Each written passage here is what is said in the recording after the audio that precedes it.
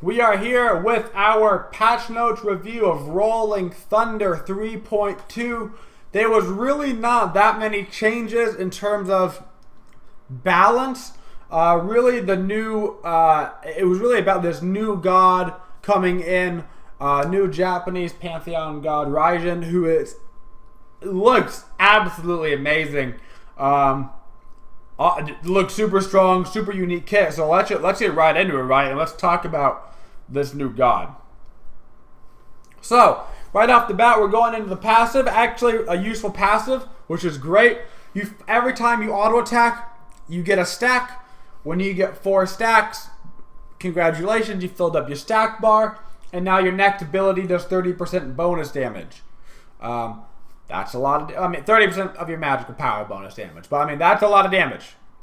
Especially with mages right now, getting like 800 magical power. It's plenty of extra damage on your ability, not to mention your base ability damage. Then you have his first ability, Percussive Storm. So this ability's sick. Let me read it to you. He pounds the drum, sending forth 4 peals of thunder in the line, each growing wider as it travels. So it starts thinner, ends up bigger. Each deals 25 damage, up to scaling of 85 with 30%. So 120% scaling is 30% 4 times. To each enemy hit, and stops on the first god in his path. It goes through minions, stops on gods. This ability also grants 1 charge of his crescendo each time he fires for a total of 3 charges. So it'll also build up your passive pretty much to full. Now, the cool thing about this ability is this god, the new god, plays drums, okay? And he has 4 drums laid out in front of him. So 1 a little bit to his left, 1 a little bit to his right, and 2 centered on him. And the ability fires out from the drums. So it goes left drum, right drum, double drum, middle. It's left drum first, so it's a little bit to the left, you gotta aim it a little bit. Then it's the right drum, you gotta aim it the opposite way, and then it's the double drum in the middle that fire at the same time. Super cool ability. Love the way that was made. That's sick. The 2, which is the strangest lore in the entire game, is you send your buddy, your little animal buddy, inside your enemy's belly button, because that's what the lore says. And what's wrong with going in your enemy's belly button? That seems totally acceptable. Anyway, while asleep, it'll give you vision on the map. When you wake up, your friend in the belly, in their belly button, you wake him up by hitting him with an auto attack or an ability doing some sort of damage. Your teammate's damage does not proc this, just your damage. It basically acts as a chain lightning, which procs on the person and then chains out. It doesn't chain back, but it'll chain out. And it's good for lane clear. It'll be good for damage. And of course, if you're standing by somebody getting attacked by it, you're going to want to walk away because you don't want to get hit by the chain lightning. For all intents and purposes, it's chain lightning that activates on damage. Thunder Crash. This ability's pretty interesting. You send a bolt of lightning crashing down on a target location, damaging and mesmerizing enemies. He then ascends into the sky and crashes down at that location shortly after, doing a second burst of damage. So you kind of like, it's a cool animation. You're like, ya, ba, ba. I don't know how, ya. Okay, follow, ya, ba, ba. That's the only way I know how to explain it. Pretty cool. You gotta use it as a getaway skill. You are a mage, by the way. I should clarify, this god is a mage that you'll be seeing in the mid lane, although he'll be tanky. He's a big, fat boy, just like a Zhonghui is. His ultimate, which is sick. Okay? Probably broken. It looked pretty broken. Like, absolutely disgustingly broken. But we'll see how it turns out in game. You fly up in the air. Woof. CC immune, and it looked to be damage immune. You're in the air, right? Not super high, but you're like, I'm drum man.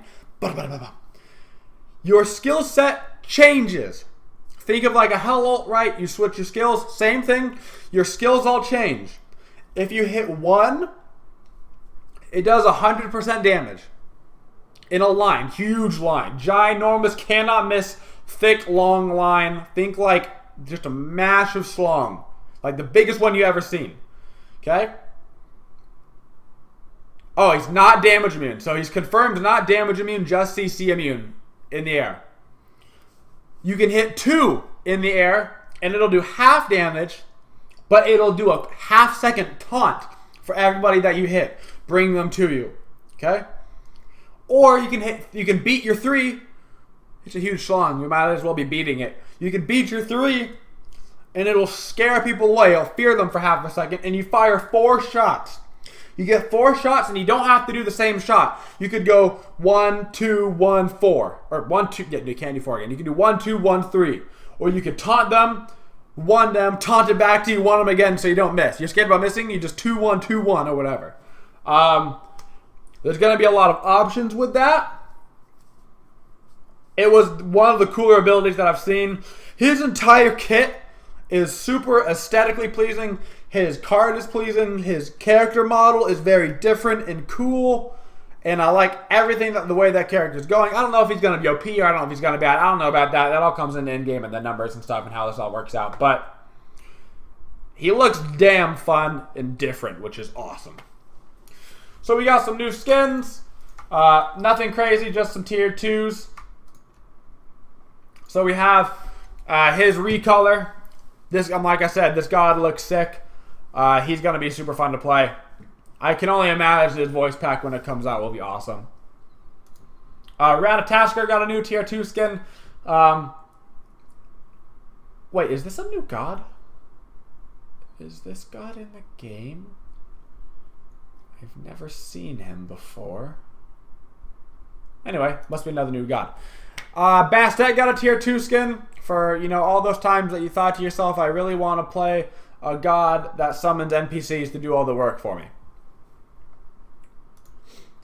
And Aphrodite's getting some mastery skins because boobs. Yonder. New god cards. Alright, this could be interesting. Oh, it looks like it's just Sir Cat getting new god cards for her too. Wait, it's Aphrodite? What the? It's supposed to be Sir Cat. Anyway, why are the... Huh. Which one of these is not like the other? Anyway. New achievements, because that's what you guys really cared about. Map-related changes. The fire elementals have a new model. A new model. Congratulations, everybody. Yeah. Yeah. Yeah. Anyway, nothing there. Board camp changes a little bit here. Experience increased from 83 to 110, and health increased from 535 to 600. So there's that. Should be beneficial. Probably more to the solo laner, I'd imagine, than it is to the hunter. But I suppose we'll see how that works out. Any changes to those can make a difference on the starts because of the XP and stuff. So we'll see how that goes. Chalice changes. Decrease the health in the Bull Demon King because his health was apparently too high, even though he was the easiest thing in the world to kill. But you can't lifesteal off him as effectively anymore, so I guess it evens out. Relics, nobody cares. Wrath has a cool new indicator for all the times that you use Wrath. Now, when you use it, you can see the new indicator, but since you're not going to use it, you'll never see the new indicator, so it might as well not exist. Sunder. The problem with Sunder was that it was hitting and stopping on minions. Now that it goes through minions, you can also not buy it. So that's good. That's also good. Into some item changes. An item change that actually matters. Only Hunter's Guard was giving you the magical defense stacks and then never taking them off. They were supposed to be removed upon taking magical damage. As it so happened to turn out, they just stayed forever. You just got them and they said, congratulations, now you have 100 plus magical protections from one item that was cheap. So, yeah, I guess buy it while you can because that shit is completely broken. Literally broken. It's actually broken. So go buy it before you can't do it anymore. Adventurous Blade. Remove the cooldown from the item because it still gave cooldown from previously when it had cooldown on the max tier and now gave it crowd control reduction. And an interesting nerf that we'll see how this goes. They took the protection shred off of Spear of the Magus percentage-wise. And now it's a 3-stack item that takes away 30 magical protections. Instead of doing the percentage plus go through. Which means that now if you have the 15 base plus that, I mean, that's 45 pen. So, like, against tanky targets, it's worse because it's not giving the percentage. But against squishy targets, I mean, that's not bad. 45 flat pen. I mean, you got to get 3 stacks on, right? But 45 pen is not bad. People are complaining about this, saying this is the worst change ever, but you get Spear of the Magus, and all of a sudden, you got true damage on their ADC. I don't know. See how it work out. Huge god changes in this patch. Massive god changes. Absolutely crazy balancing of Ao Kuang and Raven and Amaterasu and Chiron and Sol. And we really got deep into the list of gods that needed to be balanced. And then, wait a second.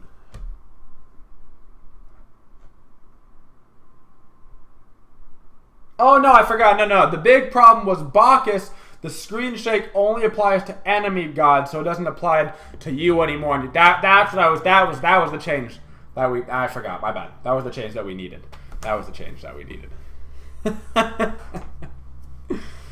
But that's the end of the patch notes, guys. Thank you for watching the video, and of course, thank you to everybody that subscribes to my YouTube.